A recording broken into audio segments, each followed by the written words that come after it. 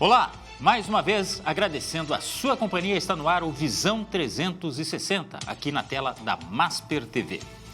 O Visão 360 é transmitido no canal 575 da Parabólica Digital Brasileira, TV aberta para todo o país.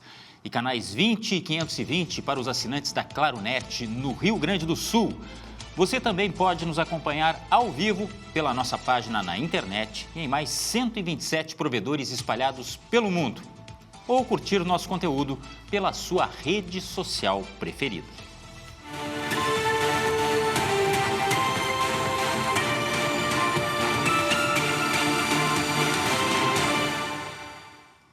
O Visão 360 discute hoje o acordo entre o Mercosul e a União Europeia, uma das maiores parcerias comerciais do mundo.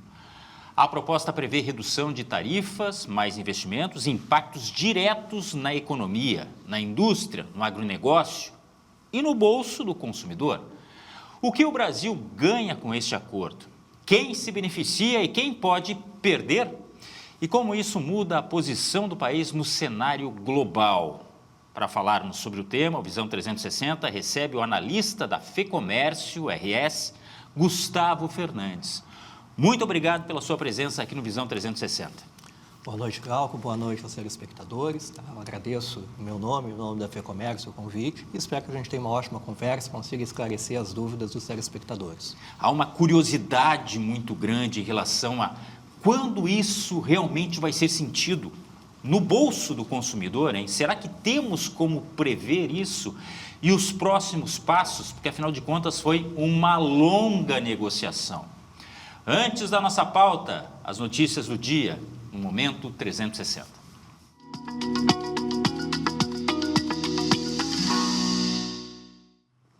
Foram entregues 1.276 moradias do programa Minha Casa Minha Vida no município de Rio Grande, na região sul do estado, beneficiando cerca de 5.000 pessoas de baixa renda. As unidades integram o complexo habitacional Junção e contam com infraestrutura urbana próxima a serviços essenciais. O empreendimento foi executado por cooperativas e entidades sociais, com participação direta dos futuros moradores. A iniciativa amplia a oferta de habitação popular e contribui para reduzir o déficit habitacional no município. E o acordo entre Mercosul e União Europeia, justamente o grande assunto nosso de hoje aqui no Visão 360, pois este acordo pode ampliar as exportações da agricultura familiar brasileira. Café, frutas e queijos artesanais estão entre os produtos com maior potencial no mercado europeu. A redução de tarifas pode estimular a agregação de valor e novos investimentos no setor. Especialistas apontam que crédito, assistência técnica e acesso a mercados vão ser decisivos para os resultados. E aqui, apenas complementando, este é o assunto que a gente vai conversar com o analista da FEComércio, Gustavo Fernandes, a preocupação por outro lado. Se existe alento para alguns produtores, é o caso destes que a gente citou aqui, em outros casos. Vamos dar só um exemplo, os produtores de vinho da Serra Gaúcha estão muito preocupados. Mas então, fica aí, porque logo em seguida a gente fala sobre isso. Para terminarmos o Momento 360, o acordo entre Mercosul é o destaque de a seguir, mas tem também o Parlamento Europeu que suspendeu o acordo comercial com os Estados Unidos após ameaças tarifárias de Donald Trump. São as movimentações de mercado. Pois então, as declarações envolvem retaliações contra países contrários à anexação da Groenlândia. A União Europeia avalia medidas de resposta, incluindo tarifas e restrições a empresas americanas. O impasse amplia tensões diplomáticas e comerciais entre os dois blocos. Bom, já que o nosso assunto é comércio, este grande acordo firmado entre Mercosul e União Europeia, vamos a um rápido intervalo para já voltarmos falando sobre isso com o analista da FEComércio, Gustavo Fernandes, aqui no Visão 360. A gente já volta.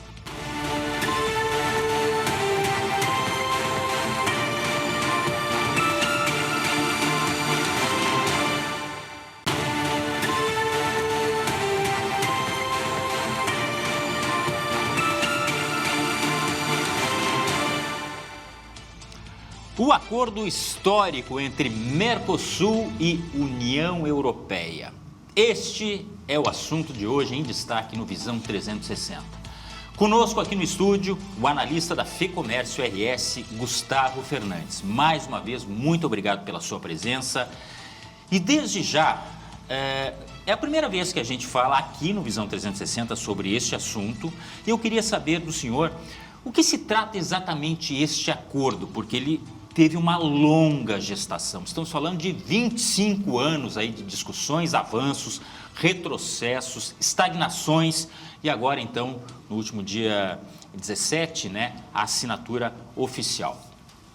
O que se trata de um acordo de livre comércio, tá? Um acordo que visa reduzir as tarifas e cotas de importação, tá?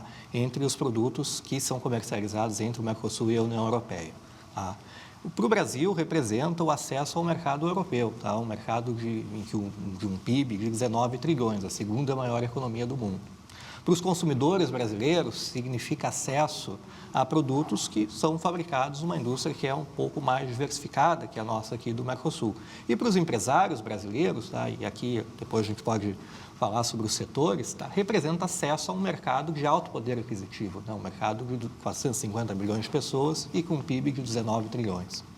Bom, nós falamos aí de duas grandes economias, né? O Brasil, que é um país continental com um potencial muito grande, mas que tem que alcançar muitas coisas ainda. Esse é um passo muito importante. Já a União Europeia, com ampla produção no mercado consumidor, que é o nosso alvo há muito tempo. Mas tem alguém que ganha mais que outro? Alguns setores ganham mais do que outros, naturalmente. Tá? Se a gente pode elencar o consumidor como o ganhador de qualquer acordo comercial, né, em especial desse consumidor, tanto brasileiro quanto dos outros países do Mercosul, mesmo consumidor europeu também, tá? O primeiro empresário que ganha é aquele que faz a interligação com o consumidor, aquele que leva o produto para o consumidor, que são o caso dos empresários do setor do comércio. Tá? A gente também tem, por questões competitivas do Brasil, um ganho dos empresários da agroindústria, tá? Porque a agroindústria brasileira, a produção de carnes, ainda que tenha um problema com as cotas de importação que ficaram pequenas, ainda assim vai ganhar mercado na Europa. Tá? E de todas as demais produtos agrícolas, né? A gente tem uma redução a zero, tá? De 77% dos bens agrícolas que são exportados do Brasil para a União Europeia. Então, o setor agropecuário certamente é o setor que vai ganhar muito com esse acordo, acesso a um mercado muito grande. Agora, os setores que são potencialmente afetados negativamente, eu falo potencialmente porque significa que só serão afetados negativamente ou podem reduzir esse impacto caso consigam ganhar produtividade, tá? São os setores principalmente da indústria. Tá? E aqui eu posso citar o setor produtor de veículos automotores, né? Peças, né? do setor, máquinas e equipamentos, e a gente tinha mencionado agora há pouco os produtores de vinho. No caso dos veículos e das máquinas e equipamentos, a gente... E possivelmente também, para o caso dos produtores de vinho, uma coisa que eu teria que olhar, vai existir uma longa transição. Tá? Uma vez que o acordo esteja assinado, ele foi assinado entre as partes, mas ele não foi ratificado ainda pelos parlamentos. Mas uma vez que ele for ratificado pelos parlamentos, para os produtos mais sensíveis, que no caso dos países do Mercosul são os produtos industriais, né, porque são as indústrias que vão sofrer uma competição mais forte. No caso da União Europeia, são os produtos agropecuários, que são aquele setor que vai ser mais estressado com a competição. Vai haver uma transição das tarifas, elas não vão a zero imediatamente, elas vão cair em escadinha. Tá? No caso do Mercosul, para alguns setores pode chegar até 15 anos. Tá? O caso dos veículos, até tem, quando inclui os veículos elétricos, vai para 25 anos, tá? Mas os veículos comuns, né? A combustão é 15 anos, e boa parte do setor de máquinas também. E no caso da União Europeia, são os bens agrícolas. As cotas de importação de carnes e de açúcar, né? Dos bens agrícolas vão subindo gradativamente. Tá? Assim como as tarifas de importação, algumas dessas que eu mencionei que vão a zero, elas vão levar um tempo para ele para zero. Então, dos dois lados, aqueles produtores que vão acabar ficando mais estressados, o caso dos industriais no Mercosul e dos agricultores e pecuaristas na União Europeia, eles vão ter um período de 10, 15 anos, dependendo do setor, para se adaptar, para ganhar produtividade e para manter a competitividade local e possivelmente ganhar no mercado externo, já que agora a gente vai ter um mercado muito maior do que antigamente, do que antes do acordo. Não é à toa que a gente observou protestos e mais protestos, por exemplo, na França, porque os sindicatos eles são muito fortes. Então, os produtores rurais na França fizeram várias manifestações, e não isso somente agora, mas lá atrás já fizeram várias manifestações contestando a assinatura deste acordo por parte da França, e não só a França também, Polônia, outros países também manifestaram através dos sindicatos da produção primária a sua inconformidade, digamos assim, com a assinatura deste grande acordo, porque acham que vão perder. Muitos desses setores são subsidiados e têm lá seus motivos. Vamos para o outro lado do oceano, tem a questão do vinho no Brasil. Então, são várias coisas que precisam ser ajustadas, por isso esse tempo, esse ajuste gradual, inclusive dos índices. Mas os números, eles são impactantes. Segundo a Confederação Nacional da Indústria, isso aqui me chamou muita atenção. O Brasil pode passar de 8% para 36% do acesso global no que diz respeito a comércio, a venda de produtos, com a assinatura deste grande acordo. Não é um salto, é um baita salto. Claro que tem que saber aproveitar, que as coisas recém estão começando, que não houve ainda a ratificação, mas que é um alento, não há dúvida nenhuma. Há informações do impacto econômico que pode ter, por exemplo, o acordo para o Brasil?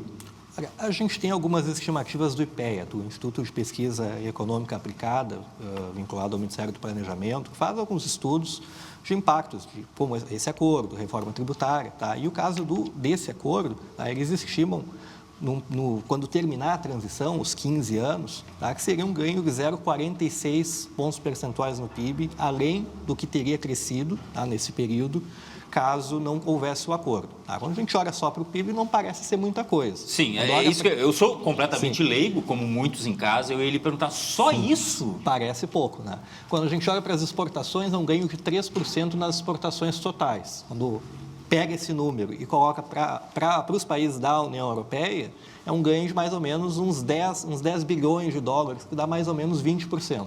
Hoje o nosso comércio de importação e exportação ele é mais ou menos equilibrado, é mais ou menos 50 bilhões de dólares para cada lado. Se aumentar uns 20%, iria para alguma coisa perto de 60 a números de hoje. Mas a gente tem que ver que o PIB ele é uma dimensão só no acordo comercial. Seria a dimensão da produção, e é um estudo bastante preliminar. Ele não capta todos os ganhos de produtividade que podem acontecer, e todos os ganhos de transbordamento também. A gente tem ganhos de produtividade nos setores que vão comercializar efetivamente e tem os outros setores que podem acabar ganhando por algum tipo de transbordamento. E também, eu acho que vale mencionar que, independente do PIB crescer, da produção, crescer só 0,5% acima do que seria sem o acordo, o consumidor ele vai estar numa situação muito melhor do que ele tem hoje, porque ele vai ter acesso a uma gama de produtos mais diversificada, ele vai ter produtos que, em média, vão ter uma qualidade melhor, e a tendência é que os preços também sejam mais baixos, justamente porque a gente vai estar num ambiente de maior competição. E a competição entre as empresas tende a melhorar a vida do consumidor. Competir quem vai entregar o produto de melhor qualidade pelo preço mais baixo. E, por lado das empresas, para as empresas que buscam aumentar a produtividade, também é uma coisa muito, muito interessante, porque fazer um acordo com uma zona, um acordo de livre comércio, com uma outra zona de livre comércio, que tem práticas que sejam, vamos dizer, melhores que as nossas, que sejam mais pró-competição do que as nossas, nos ajuda a nos espelhar para essa situação. O que a gente pode fazer é uma analogia com o esporte, quem sabe, né? Imagina um atleta que vai competir com outros atletas que hoje estão num nível um pouco melhor que o dele. E ele vai começar a observar o que esses atletas que estão melhor que ele fazem, né? Como que eles se alimentam, como que eles descansam e, eventualmente, ele vai começar a cuidar melhor do próprio desempenho para continuar sendo competitivo naquela liga, né? naquela competição. A gente pode fazer essa analogia com o nosso ambiente de negócio. Aí talvez não seja a empresa individual, mas o ambiente de negócio. Tá? E aqui eu acho que uma implicação prática, né? E pensando no caso otimista, né? Mas a gente sempre tem que ser otimista, que isso pode ajudar em questões de legislação, né? A gente sempre fala dos jabutis que são colocados nas leis. Sim, né? sim. E como a gente tem? Isso é uma coisa que pode coibir um pouco, talvez. Né? Porque, olha, vamos pensar, olha, se eu colocar esse tal jabuti, eu vou perder competitividade e agora eu tenho uma competição muito maior do que o que eu tinha anteriormente. Muda o quadro, né, em que esse tipo de decisão é tomado. Então, mesmo que esse estudo preliminar aponte um ganho pequeno, eu diria que tanto para os consumidores quanto para as empresas, né, o consumidor vai melhorar porque ele vai ter acesso a mais produtos e para as empresas elas vão ter um ambiente que promova a competição. Tá? Então, para empresas que buscam aumentar a produtividade, esse é o melhor cenário. Bom, então é um combo de disciplina, essa competição, e ao mesmo tempo educa, porque é aquela a analogia muito boa do atleta, né? Porque ele vendo o concorrente numa posição de superioridade, até a pessoa se inspira naquilo. É um mercado que pode se inspirar no outro e nós temos muito a aprender com o mercado europeu. Essa é a verdade. Até em relação ao exemplo do vinho, que pode ter suas dificuldades, o vinho produzido no Brasil, por exemplo, nessa concorrência, mas boa parte dos equipamentos vem da Europa e são extremamente caros. Então, até aí nós temos algo a considerar de positivo também. Claro, tem muita coisa para rolar embaixo dessa ponte aí. Sobre o PIB, me chamou a atenção também o dado da Confederação Nacional da Indústria, o PIB, Produto Interno Bruto combinado, aqui estamos falando dos dois ambientes, né? União Europeia, Mercosul, 22 trilhões de dólares. É até difícil de imaginar, porque assim, e ainda mais quem não, né, a gente não vive nesse mundo da economia, mas é muito dinheiro. É difícil de imaginar o quanto significa isso. Mas dá muito bem para deduzir que tem muito a ser conquistado no ponto de vista do Mercosul, né? Do Brasil, mais especificamente. A gente está falando mais especificamente do Brasil, que eu acho que tem capacidade, tem mão de obra, tem uma extensão territorial muito grande, aí a gente fala dos produtos agropecuários, né? E aí a gente especifica um pouco mais as empresas, como se prepararem para essa competição. O senhor falou já nessa inspiração, mas assim, na prática, porque nós temos alguns processos que são arcaicos. É ou não é? Sobre esse número do PIB, eu acho que vale a pena fazer um contraste com aquele número que eu apresentei no início, né?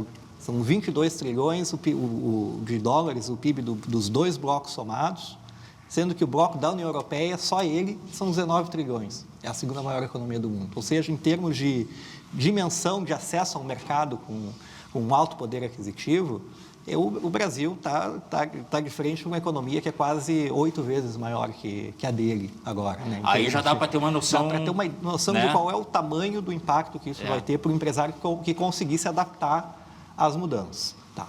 Eu queria começar falando sobre os empresários que vão ganhar. Tá? O caso do empresário do comércio, especificamente. Tá? Se o consumidor é o grande ganhador desse acordo, ou como qualquer acordo comercial, o empresário do comércio ele tem que fazer o consumidor ganhar.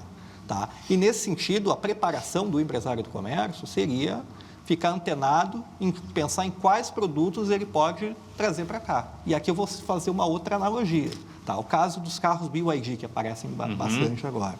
Nenhum consumidor brasileiro, ou talvez arriscaria dizer que nenhum, mas possivelmente quase todos, nenhum deles foi à China importar o seu próprio carro BYD. Foram as importadoras e as empresas que vendem os carros no Brasil que se organizaram para torná-los disponíveis para os consumidores brasileiros. Quando a gente fala desses produtos europeus, né, seja os queijos, seja os vinhos, sejam os bens de consumo para as pessoas, é preciso que alguém vá até a Europa, veja o que é possível trazer para cá e comece a pensar nisso. Tá? Isso é o caso dos ganhadores. Ainda pensando nos outros ganhadores, né, que são os empresários do agronegócio, existem também as regras fitossanitárias, tá? Série de questões legais que precisa haver conformidade. Isso é uma coisa que eu não investiguei, mas é possível que haja coisas ainda a serem feitas e para ter acesso a esse mercado. E um mercado em que existe uma certa resistência desse setor. Então, ou seja, existem outras pessoas do outro lado que eventualmente podem contestar juridicamente, de alguma forma, os procedimentos. As nossas regras. As nossas regras. Então, é uma coisa que eu acho que poderia, já que vão ser ganhadores, mas precisam se proteger, né, do que pode acontecer do outro lado. Tá? E para o caso dos empresários que potencialmente podem sofrer perdas, né, seria o caso de aqui é difícil especificar exatamente o que cada um tem que fazer, mas é o caso de aumentar a produtividade. O caso dos vinhos, né, os vinhos são de boa qualidade, eu diria que é talvez um fortalecimento da marca. Tá? É um mercado que eu não conheço muito bem, mas aí talvez seja mais uma questão de fortalecimento da marca para competir com os vinhos europeus. Né? Porque em termos de qualidade a gente pode competir com eles, mas eventualmente, se houver alguma melhoria de processo que possa ser feita, o ambiente de maior competitividade promove isso. Deixa eu lhe interromper rapidamente, até para considerar algo que está preservado, né, que são justamente essas características do ponto de vista europeu. A denominação de origem, né, o champanhe, que só pode ser usado por produtos que são feitos naquela região, o vinho. Né, e aí eu chego no que disse há pouco o nosso convidado Gustavo, né? Que quem sabe investir aqui para criar sua própria marca, diz, nós temos então a nossa marca, né, dos nossos produtos, do vinho, né, do nosso espumante, enfim, para poder competir com uma autoridade ainda maior. Mas é só para deixar claro que estão sendo preservadas, né, questão de chocolate, enfim, vários produtos que são bem típicos das regiões europeias, mas que vão ser trazidas para cá e tem preservado todo esse selo, digamos assim, de qualidade, né? Desculpe lhe interromper, só para reforçar isso aí. Não, mas é verdade, o caso vamos dizer, a marca, a menção, a expressão Vale dos Vinhedos é preservada, assim como o nome champanhe é preservado para o lado europeu. Tá? Mas é difícil dizer exatamente o que cada um pode fazer. Né? Na verdade, eu acho que talvez cada empresário consiga saber melhor no que ele pode melhorar e o ambiente de aumento de competição promove isso. Tá? Mas eu, pelo menos, não sou um grande conhecedor do mercado, eu diria que, caso desses produtos, que é mais uma questão de percepção, né? Porque não é exatamente qualidade, seria o caso de fortalecer as marcas brasileiras. Tá? O consumidor, de uma forma geral, ele tem uma grande curiosidade a partir da assinatura, que é o seguinte, tá aí, quando é que eu vou sentir isso? Porque não é no instalar de dedos. Nós temos um período, digamos, de maturação, um período gradual de adaptação, mas, na sua opinião, e aí talvez não seja muito difícil também, porque economia é difícil de prever as coisas, mas no bolso, o consumidor brasileiro tem como sentir isso aí num prazo que vocês imaginam de 1, 2, 3, 5, 10 anos? Olha, é possível que sim, tá? Porque boa parte dos produtos que são sensíveis para o mercado brasileiro, né? Ou seja, deixa eu ver se eu entendi só. Os sensíveis são aqueles principais, sensíveis, né? São aqueles que tem pessoas contra ou pessoas que eventualmente podem ser contra. Sim, que são alvo de crítica, mas ao mesmo tempo podem ganhar muito. Que podem perder. E podem perder. Tá. Eu diria que são aqueles itens que a gente discutiu mais nos jornais. Sim, né? sim. Que é aqueles que o senhor citou, inclusive. No caso do Brasil, são os produtos industriais, são mais sensíveis. Então, pensando em bens de consumo, né? Sei lá, chocolate, vinho, né? Não é o principal foco do que seria o caso sensível do lado do Brasil, é possível que a gente veja um pouco mais rápido. Mas antes disso, é preciso que o acordo de fato seja ratificado nos parlamentos. Existe uma grande probabilidade que ele seja aprovado no Parlamento Europeu, tá? Mas o Parlamento Europeu, ele aprova só a parte comercial do acordo, que na verdade que é a mais importante. Depois, as outras partes do acordo, né, porque na verdade o acordo ele é um acordo de parceria, né? A parte comercial é a maior delas, mas a parceria também envolve regras para a proteção de investimento, né? Também metas ambientais, uma série de outras coisas que são mais de governança, que são um pouco menos, eu diria que são tem uma dimensão um pouco menor no dia a dia das pessoas que vão viver, né, sobre o acordo, mas que precisam ser aprovadas em todos os parlamentos nacionais na Europa, ou seja, em 27 parlamentos. E, eventualmente, se não passar em algum, mesmo que a parte comercial fique aprovada, né, isso deixa uma situação ambígua, no mínimo, né, porque deixa juridicamente um pouco mais fraco o acordo. Então, pensando em ganhos para o consumidor, uma vez que a parte comercial esteja funcionando bem, né, e em especial o caso do consumidor, pessoa física mesmo, né, não da empresa que vai importar algum insumo. Diria que é um pouco mais rápido, porque as tarifas tendem a cair mais rápido. Tá? Algumas talvez já caiam para zero diretamente, né, dependendo do produto.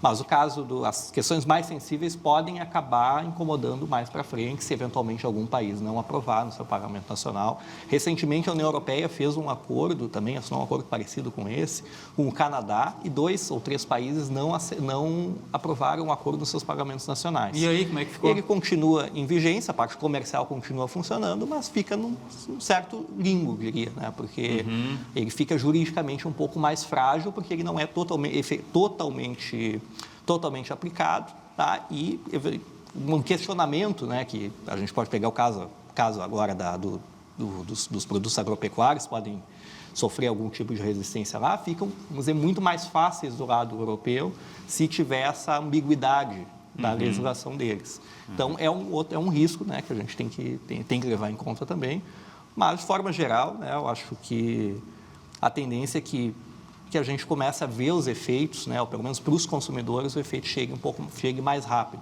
Tá? Esse aí seria o caso mais dos produtores, né, que talvez tenham que se preocupar um pouco mais com isso. Olhando no retrovisor, por vários momentos, essa pressão é que impediu a assinatura. Inclusive, a negativa de alguns países fez com que estagnasse completamente o processo, né? A partir do momento em que o Parlamento retomou a União Europeia retomou esse assunto, os parlamentos, né, de uma forma geral, e mais especificamente lá na questão comercial, ele voltou à pauta, os protestos aumentaram. E não há ninguém que diga assim, não, agora que está assinado, não vai ter protesto. Não, pelo contrário, os protestos vão continuar. Por isso, essa sua consideração que é bem importante, né, de alguma coisa poder travar ainda, embora comercialmente ele esteja em vigor. É claro que é um desgaste porque é um preço político também que as nações pagam, né? Muitos que assinaram, eles têm um preço político interno. Mas a gente continua acompanhando, logicamente. Não há prazo para essa ratificação, pelo menos não está previsto isso. Até data tal, os parlamentos têm que autorizarem realmente esse processo. Não há nada disso previsto? Eu acredito que não. Tá? Não conheço detalhadamente essa parte, mas eu acredito que não. Eu estava lendo agora há pouco essa nota envolvendo os Estados Unidos e União Europeia, né? E eu fico pensando também se este atrito não pode ser bom para nós, que tivemos uma porta fechada no mercado norte-americano, depois ela foi entreaberta e para alguns setores ela foi novamente aberta, mas serve de alternativa o mercado europeu para quem está buscando opções. O senhor não acha também? Sim, de certa forma,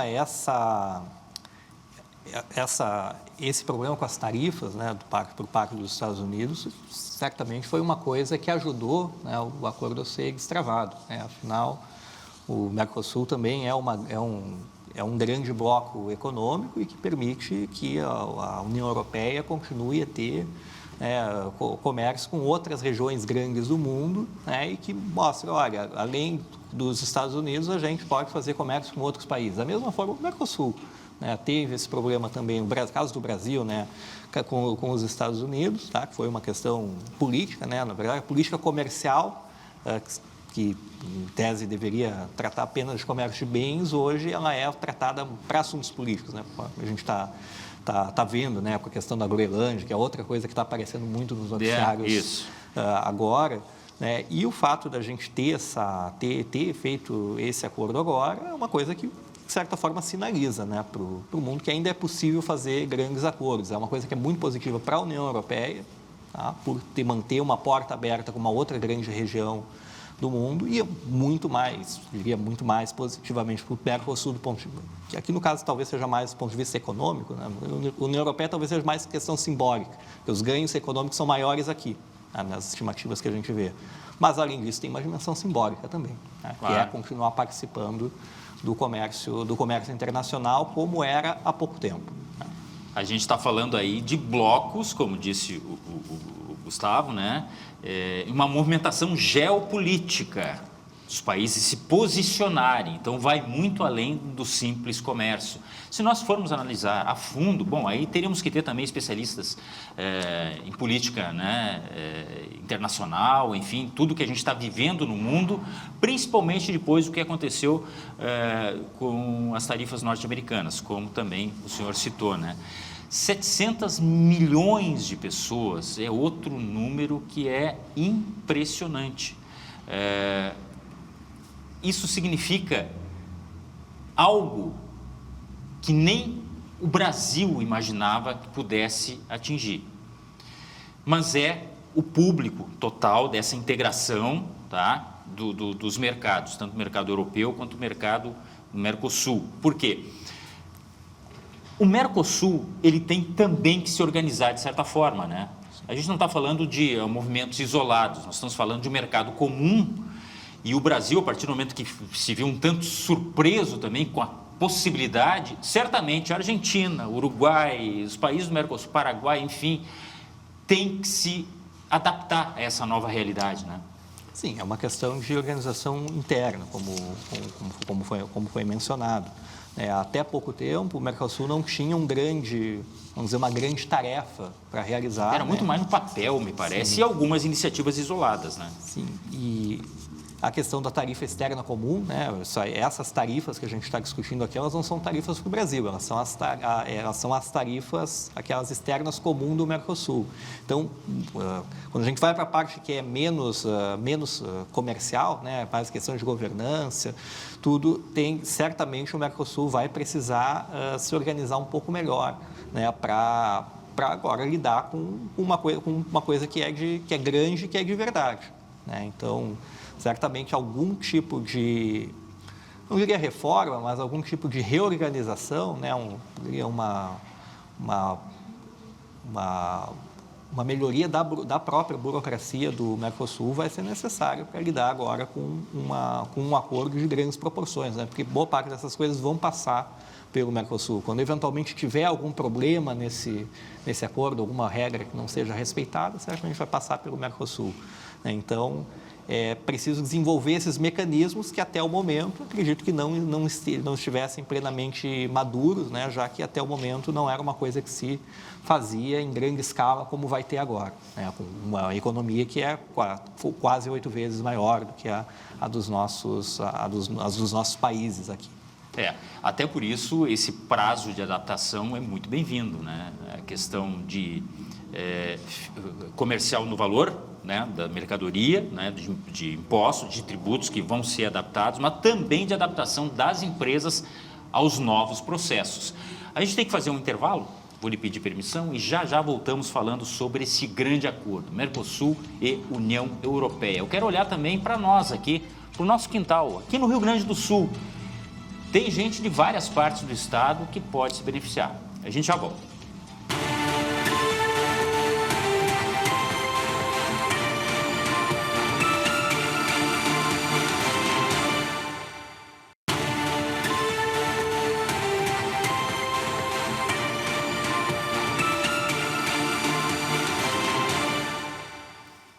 Visão 360 de hoje falando desse grande acordo comercial entre União Europeia e Mercosul. Estamos recebendo o Gustavo Fernandes, analista do FEComércio RS, que já nos deu aqui várias informações a respeito deste acordo que ainda precisa ser ratificado, né, pelos parlamentos, mas que a tendência é de que os efeitos possam ser sentidos, pelo menos em relação a alguns produtos, logo ali em seguida, no bolso do consumidor. Uma das coisas que os brasileiros olham com muita atenção neste acordo é em relação a medicamentos, indústria farmacêutica, porque nós temos aí a possibilidade de importação de equipamentos, e a União Europeia tem muito a oferecer nesse sentido, mas também de insumos. Na sua opinião, é um dos setores mais beneficiados, no nosso caso aqui? Sim, é um dos setores que representa a maior parcela, a terceira maior parcela das nossas importações da União Europeia. Tá? Produtos finais. Tá?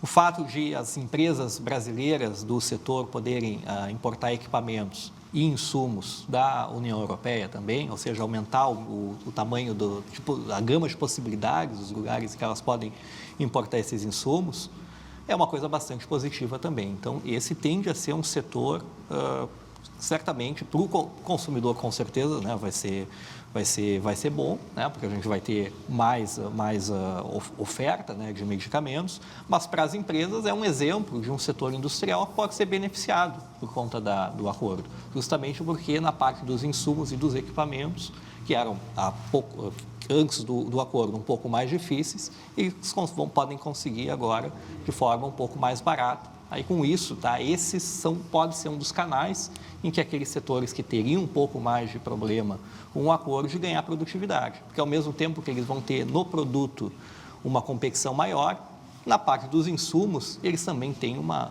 gama maior de produtos e produtos que podem chegar mais competitivos até a porta da fábrica ou do laboratório.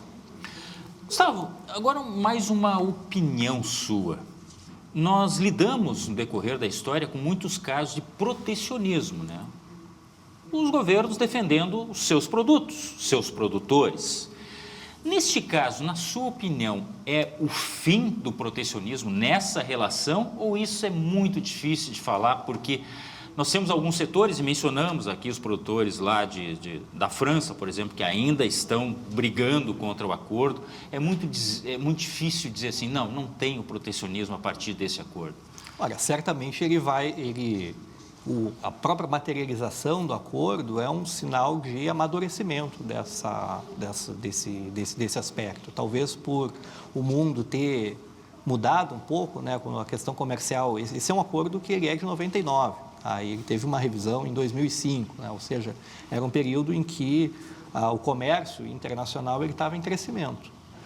Naquele mundo, parecer ser protecionista em alguns setores, talvez pudesse acabar por ser um ambiente de livre comércio de forma geral, pudesse ser alguma coisa que não impactasse o todo. Né? Claro que sempre poderia haver maiores ganhos se o acordo tivesse sido adotado naquela época, mas um mundo em que se comercializa mais, possivelmente isso pese um pouco menos, como o caso da União Europeia. A União Europeia que tinha comércio com os Estados Unidos, né, que tinha comércio com a China, né, tinha comércio com outros países, ela não tinha talvez uma grande necessidade desse acordo como tem agora. Mas um mundo em que o comércio tende a minguar, né, aqueles países que ainda, e aqueles setores que veem que existe benefício do comércio, talvez o lado livre cambista, né, o lado liberal, talvez ganhe mais força no sentido de que ele passa a ser mais pressionado agora. Né? Se a gente está num mundo que é naturalmente mais protecionista, talvez aqueles que se opõem ao protecionismo consigam, tenham uma motivação adicional para brigarem pelas suas ideias. E eu acredito que a aprovação desse acordo, de certa forma, é uma manifestação disso, né? De alguma forma, a Europa conseguiu resolver os problemas internos. Aqui no Brasil, talvez o consenso já há algum tempo tenha amadurecido, tá? Já que a gente tem, no caso da indústria brasileira, né, apesar de todas as proteções, uma produção estagnada. Tá? Isso desde 2014, a gente tem uma produção industrial que cresce muito pouco a cada ano. E isso com as proteções. Tá? Talvez esse fato tenha ajudado a amadurecer a ideia de que, olha, não são as proteções que vão evitar que a gente tenha problema na indústria, tá? Que é o setor aqui que seria o mais afetado. E talvez, né, isso tenha ajudado a amadurecer. Tanto é que a nota que a gente estava lendo agora há pouco é da Confederação Nacional das Indústrias, né? Ou seja, a entidade que representa os interesses do setor, comemorando o acordo justamente porque, além de um mercado maior, né, que os produtos podem acessar, eles também vão ter maior possibilidade de importar máquinas, equipamentos, insumos. Claro. Ou seja, a indústria brasileira vai se inserir num mercado maior, né? Que vai chegar para o mercado europeu, que ali na estimativa deles era 36% do total das importações, né? E isso acontece porque a economia da União Europeia é muito grande. Claro. Então, talvez tenha acontecido esse amadurecimento de percepção do mundo, né? Que claro. Se integrar é melhor do que se fechar, né? Porque mesmo se fechando a gente teve problema, né? Então não é evitando, né, a competição que a gente vai ter condições de desenvolver os setores industriais que a gente tem condições de competir, né? Alguns setores falam, inclusive, um termo bem interessante que é atualização. Esse intercâmbio vai possibilitar atualizações de alguns setores que ficaram, por algum motivo ou outro, estagnados e que têm, na experiência da União Europeia, a possibilidade de crescer e crescer muito. No chamado efeito dominó, a gente vai ter que se adaptar em algumas coisas. Agora, falando mais especificamente do Brasil, embora seja acordo Mercosul. Por exemplo, essa quantidade de mercadorias, ela vai chegar muito pelos portos.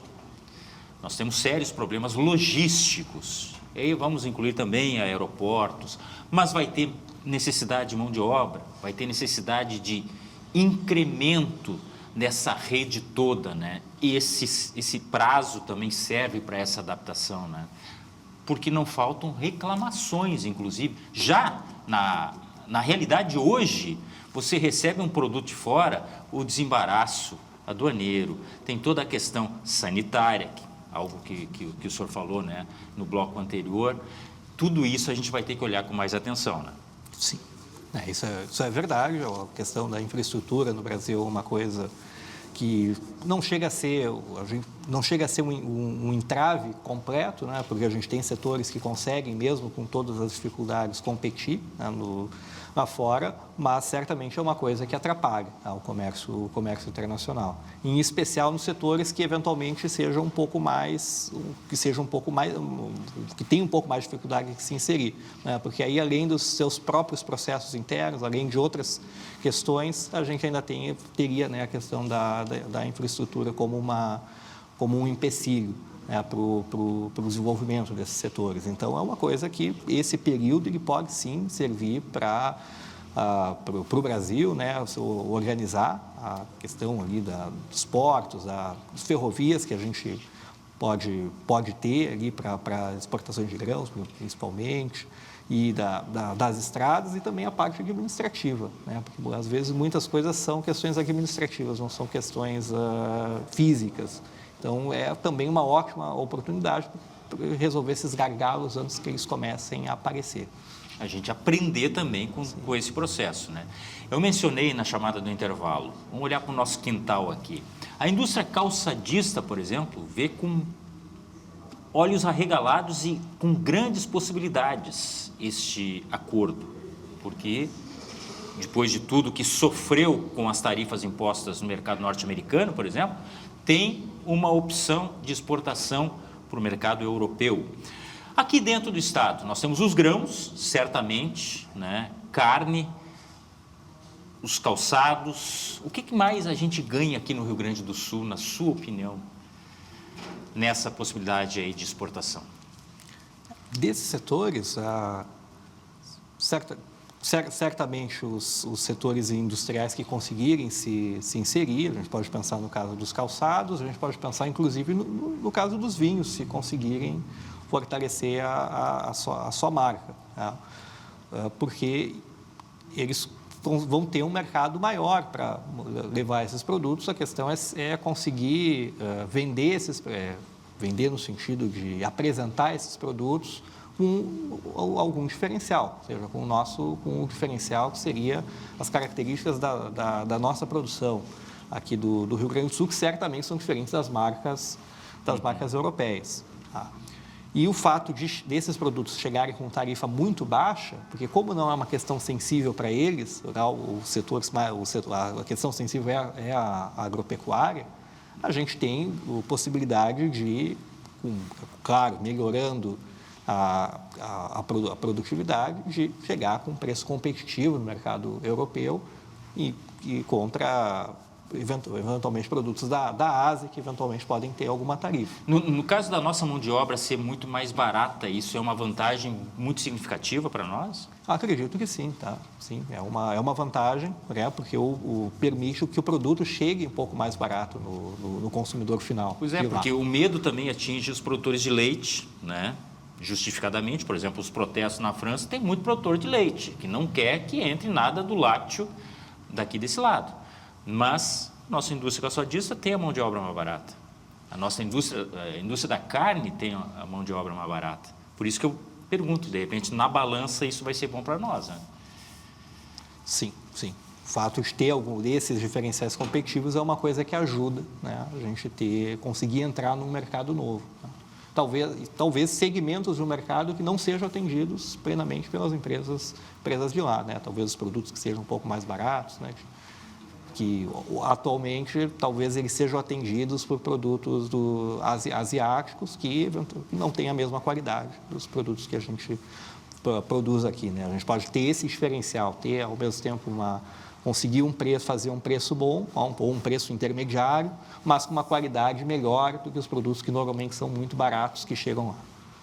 Então, em algum momento, só para a gente terminar, desculpa, em algum momento o senhor, e aí eu pergunto já também uma questão de opinião, chegou assim, disse, não, esse acordo não vai sair, porque, gente, 25 anos, né, de entraves, de retrocessos às vezes, tinha gente já dizendo, não, o acordo não vai sair, mas ele saiu.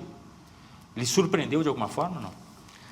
Olha, eu acreditava que o acordo fosse sair, ou melhor, passei a acreditar com mais convicção, né, depois que a política comercial se tornou uma questão política no mundo.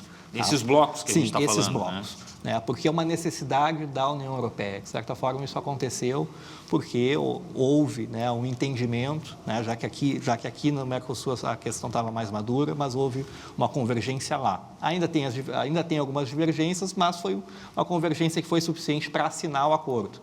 Coisa que há 5 anos não foi possível, há 1 ano, em 2024, também não foi possível, agora no início de 2026 foi possível. Então, eu imaginava que isso pudesse acontecer a partir do momento que houvesse essas tensões, né, comerciais entre os países. Só para terminar, então, nós falamos de setores já estabelecidos com aspirações. O senhor acha que se abre uma porta para quem não pensou em exportar e agora, de repente, pode ter uma oportunidade? Então, certamente, com um mercado maior, né, a possibilidade de atingir mais pessoas, é possível que algum negócio que talvez não fosse viável com uma produção menor, ele se torne viável quando se considera um mercado desse tamanho todo. Tá? Ou seja, a questão é saber como se inserir nesse mercado maior. O caso que a gente estava falando agora da indústria de calçados é um exemplo. Né? Produtos com determinada qualidade, determinado preço, que não são atendidos por empresas nem da União Europeia, nem de outros países que a União Europeia importa, né, e que vão pagar tarifa, e a gente não vai pagar tarifa, isso que também um diferencial importante, mesmo que o produto seja eventualmente mais barato na saída da porta de fábrica, se ele chegar com uma tarifa, ele perde competitividade com relação aos nossos produtos. Então, é questão de saber se inserir nesse mercado diferente. Tá? Então, certamente tem oportunidades para as empresas que ainda não pensaram ainda em exportar. E até vou além, só para terminar essa prosa, estas próprias, não empresas, mas estes órgãos, essas instituições que dão suporte às fábricas, às indústrias, enfim, aqui do Rio Grande do Sul, também vão ter que se mobilizar, de repente, para dar o apoio para esses produtores, né, que almejam aproveitar este grande acordo. E aí a Fierg certamente está muito inserida no processo, né, as entidades representativas de cada setor vai ter que olhar com mais carinho para os seus integrantes, porque afinal de contas nem é uma porta, olha, é um baita de um portão que está se abrindo para quem busca alternativas de exportação. Eu quero agradecer muito a sua presença aqui no Visão 360, conversamos com o Gustavo, que veio através da FEComércio, Gustavo Fernandes, analista da FEComércio RS, que nos ajudou muito a entender esse movimento que é histórico, a assinatura deste acordo entre União Europeia e Mercosul. Mais uma vez, muito obrigado pela sua presença. Vamos esperar que o 2026 reserve muita coisa boa e tem muita por vir pela frente, né? E o senhor está sempre convidado a estar aqui. Certo. Muito obrigado. Obrigado. E o Visão 360 de hoje fica por aqui, desejando a você um ótimo fim de noite. A gente se vê de novo amanhã, das 9h30 às 10h30 da noite, aqui na tela da Masper TV. Infinitas possibilidades. Tchau.